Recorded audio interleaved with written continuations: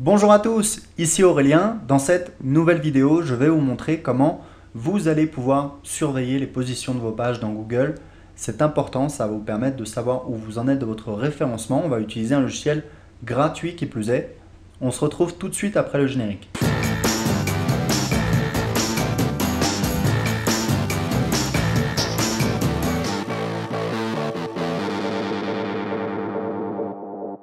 Alors pouvoir surveiller les positions de ces pages dans Google, ça va vous permettre de travailler votre référencement, ça va vous permettre d'améliorer le trafic qui vient des moteurs de recherche.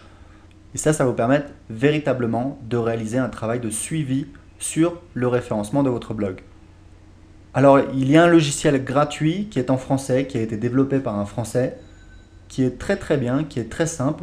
Donc je vais vous donner à la suite de cette vidéo le lien pour le télécharger. Vous le téléchargez sur votre ordinateur, vous double-cliquez dessus, vous suivez la procédure d'installation et il est installé sur votre ordinateur. Vous pouvez commencer à le configurer et à l'utiliser. Je vais donc vous montrer comment le configurer. Vous allez voir, c'est très simple. On a en fait des onglets ici, il y a statistiques des positionnements, configuration, site, outils. Ce qui est vraiment utile, c'est statistiques des positionnements. C'est en fait les résultats. On va voir un petit peu les résultats de vos pages dans Google. Et on va commencer par aller dans configuration. Donc vous voyez qu'ici on a la configuration des mots-clés. On a en fait 20 URL. Et ce qui est très bien dans ce logiciel, c'est qu'on n'a pas besoin de rentrer en fait une URL par page. Il suffit de mettre l'adresse du site à la racine, l'adresse de la page d'accueil. Par exemple, pour mon blog Web Entrepreneur Débutant, c'est www.webentrepreneurdébutant.fr. Et ensuite, on peut rentrer les mots-clés pour lesquels on veut que le logiciel surveille ses positions.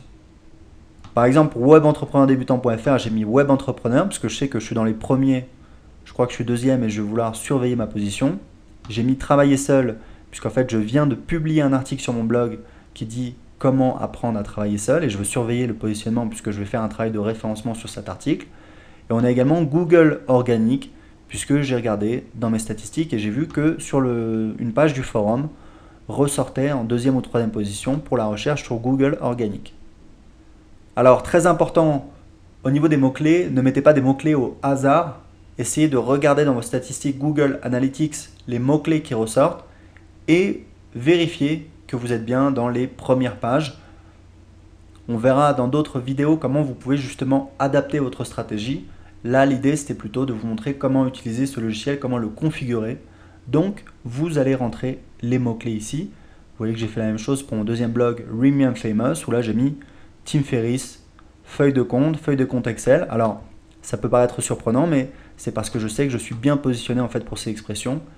Je vais faire un travail de référencement, encore une fois, et je vais suivre le positionnement de mes pages justement pour ces mots-clés. On a Elise Frank, gérer ses comptes. Alors le logiciel par défaut est configuré pour fonctionner avec Google.fr, ce qui est très bien puisque voilà, on est en France ou du moins dans un pays francophone et Google.fr, c'est de là que vont venir l'essentiel des requêtes et en tout cas c'est une bonne base pour travailler.